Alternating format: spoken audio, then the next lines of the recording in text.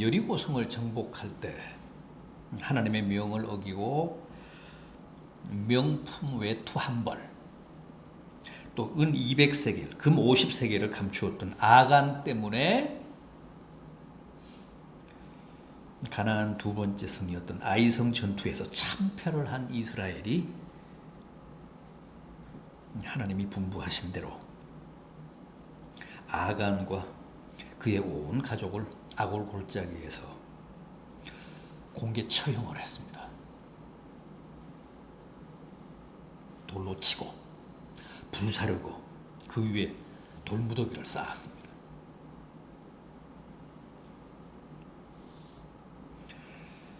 시범 케이스로 아주 참혹한 심판을 한 겁니다. 그리고 나서 다시 아이성 정복에 나서는데 오늘 우리가 함께 본 이 8장 말씀이 바로 이스라엘의 제2차 아이성 그 도전 기사입니다. 아간의 허물과 죄악을 다 척결하고 나자 1차 정복 때와는 달리 하나님이 여호수아를 격려하시며 승리를 보장하십니다. 8장 1절을 보십시오. 여호와께서 여호수아에게 이르시되 두려워하지 말라, 놀라지 말라. 군사를 다 거느리고 일어나 아이로 올라가라. 보라, 내가 아이 왕과 그의 백성과 그의 성읍과 그의 땅을 다 내 손에 넘겨준다. 넘겨주겠다.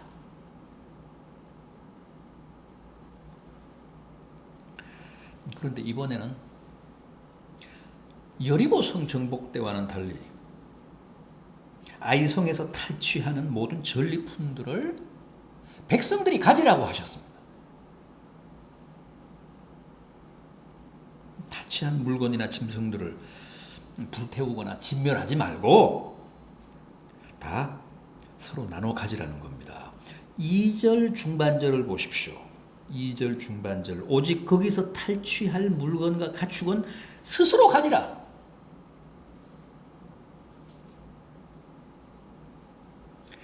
여리고 정복 때는 남녀노소와 소와 양과 나귀들까지도 다 칼로 멸하고 금은 동철로 된 집기들은 구별해서 여호와의 곳간에 넣으라고 하셨습니다. 그럼에도 아간이 개인적으로 그 전리품을 빼돌렸다가 전쟁에도 패하고 아간과 그의 모든 식솔들이 죽음을 면치 못했는데 이 아이성의 경우는 탈취한 모든 전리품들을 너희가 가지라는 겁니다. 왜 이렇게 말씀하셨을까요?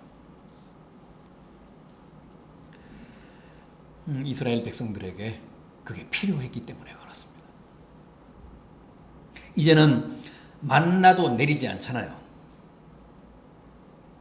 요단을 건너기 전 광야에서 허락하시던 여러 가지 그 생존에 필요한 것들이 이제는 더 이상 제공되지 않습니다. 이제부터는 백성들이 스스로 조달해야 합니다. 그렇다고 아직은 농사를 지을 수 있는 것도 아닙니다. 무슨 소와 양을 목축할 수 있는 처지도 아닙니다.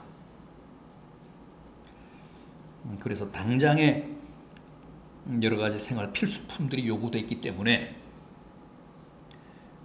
이 아이성에서 탈취하는 여러 가지 전리품들은 백성들이 나눠 갖게 하셨습니다.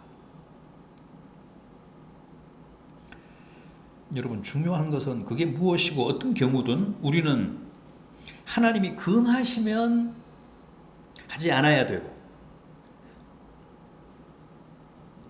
지난번에 금하신 것도 이번에 다시 허락하시면 그냥 가지는 겁니다. 다 필요하고 이유가 있어서 지난번 여리고 정복 때는 금하신 거고 이번 아이성 정복 때는 허락하신 겁니다. 지난번에는 금하시더니 이번에는 왜 허락하시는가? 혹은 지난번에는 허용하시더니 이번에는 왜 금하시는가? 그렇게 불평하거나 의문을 제기하면 묻습니다. 왜 하나님은 일관성이 없으신가? 그렇게 문제를 제기하면 안 됩니다. 하나님이 하시는 일은 뭐든 다 정당하고 옳습니다.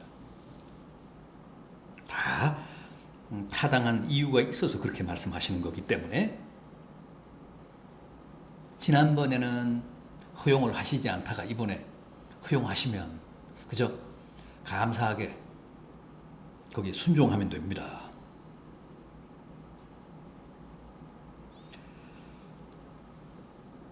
(1차) 정복에 실패한 성이라 여호수아가 지금 의기소침해 있습니다. 그래서 하나님이 두려워하지 말라, 놀라지 말라, 내가 이 아이성의 왕과 그 백성과 그 땅을 다 내 손에 붙이겠다, 주겠다. 그렇게 이제 위로를 하시니까 여호수아가 다시 어깨를 펴는데 이번에는 작전까지도 일러주십니다. 뭐라고 하셨습니까? 너는 아이성 뒤에 복병을 두라 그러십니다. 그래서 여호수아가 하나님의 그 분부대로 군사 3만을 뽑아서 아이성 뒤에 매복을 시킵니다.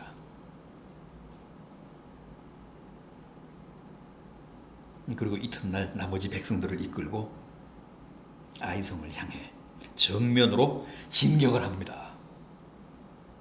그러자 아이성의 왕과 군사들이 지난번처럼 이번에도 성을 나와서 여호수아의 군대를 향해 돌진하는데 여호수아는 후퇴하는 척하면서 그 아이성의 군사들을 유인합니다. 멀리, 성으로부터 멀리 떨어진 광야로 유인해냅니다. 그 사이 아이성 뒤에 어젯밤부터 매복해 있던 복병들이 아이성을 차지하고 성에 불을 지릅니다. 그리고 성문을 닫아버립니다. 그러자 지금까지 쫓기는 척하던 후퇴하던 여호수아의 군대가 돌아서서 아이성의 군대를 치고 다시 아이성을 정복한 이스라엘의 복병들이 가세해서 아이성의 군사들을 완전히 샌드위치로 만듭니다. 완전히 포위를 해서 진멸하고 왕을 체포해서 처단합니다. 완벽한 작전이었습니다. 완벽한 승리입니다. 여러분, 전쟁은 이렇게 하나님과의 관계에 문제가 없어야 승리합니다. 적어도 우리는 그렇게 믿습니다. 성경은 우리에게 그렇게 말씀합니다.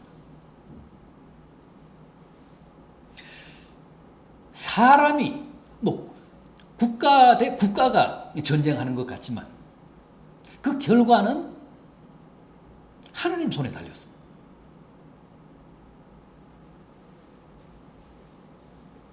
그렇게 견고했던 여리고 성도 하나님의 분부대로 하나님의 말씀대로 하자 아무것도 아니었잖아요. 거짓말처럼 장난처럼 무너졌습니다.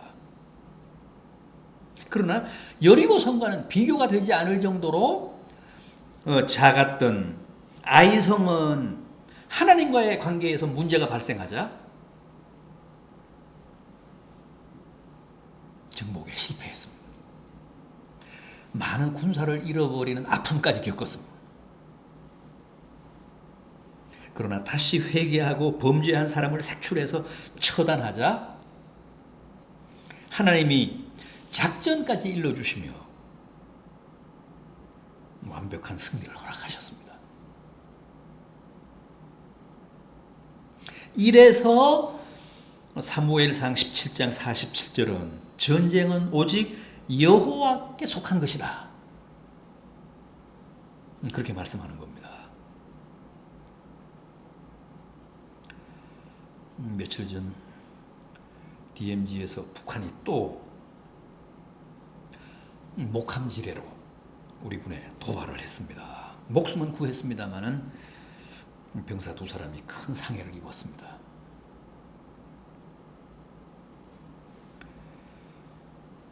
언제나 느끼는 거지만 우리의 남북 관계도 남북의 이념적인 관계, 정치적인 관계, 군사적 관계 이전에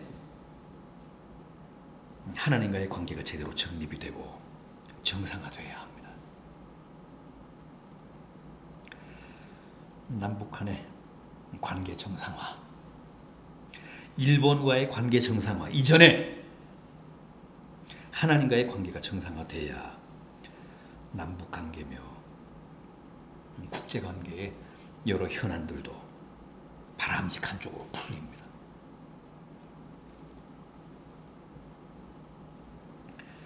적어도 우리 믿는 사람들은 그 점에 대한 확신이 있어야 하고, 모든 관계에 앞서 하나님과의 관계를 바로 가져가기 위한 노력에 절대 게을리하거나 소홀히 해서는 안 될 겁니다. 하나님과의 관계에 문제가 발생하자 아이성 전투에서 참패했던 이스라엘이 그 하나님과의 관계를 바로잡자 그 똑같은 전투에서 이번에는 크게 승리하지 않습니까? 광야에서 아말렉과 전쟁할 때도 그랬습니다. 지금 적과 마주 서서 싸우고 있는 사람은 여호수아와 그의 군대인데,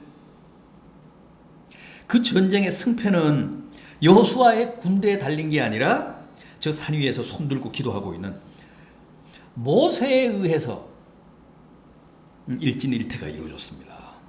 손을 들고 기도하면 이스라엘 군대가 이기고, 피곤해서 모세가 손을 내리면, 기도를 쉬면 아말렉 군대가 이겼습니다.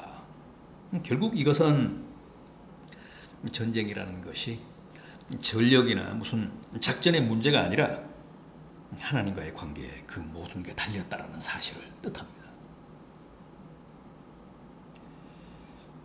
우리가 나라의 안보와 남북 간의 화해와 통일을 위해서 정말 모세처럼 열심히 기도해야 할 이유가 바로 여기에 있습니다. 모든 게 하나님과의 관계에 달렸기 때문에 하나님과의 건강한 관계, 아름다운 관계를 유지하는 일에 무엇보다 최선을 다해야 옳다는 겁니다. 겉으로만 보면 모든 게 군사력에 달린 것 같고 외교력에 달린 것 같지만 그런 판단은 정말 피상적이고 비신앙적이라는 거죠. 모든 게 역사의 참된 주인이신 하나님 뜻에, 하나님 손에, 우리와 하나님과의 관계에 달렸다는 겁니다. 오늘 이스라엘의 이 아이성 정복을 통해 우리는 그 점을 분명히 깨달아야겠습니다. 놓쳐서는 안 되겠습니다. 똑같은 대상인데 지난번에는 참패했지만 이번에는 대승을 거뒀습니다. 절대 우연이 아니라는 겁니다. 그날의 컨디션에 달린 문제가 아니라는 겁니다. 전술이나 무슨 전략의 문제가 아니라 전적으로 하나님과의 관계가 그 모든 결과를 가져왔다는 사실 꼭 기억하시고, 우리의 남북관계나 또 주위 열강들과의 외교적인 문제도 하나님과의 관계를 잘 관리함으로 풀어가는 그런 은혜와 축복이 우리와 또 우리 나라와 우리 민족 위에 함께 하시기를 진심으로 기원합니다.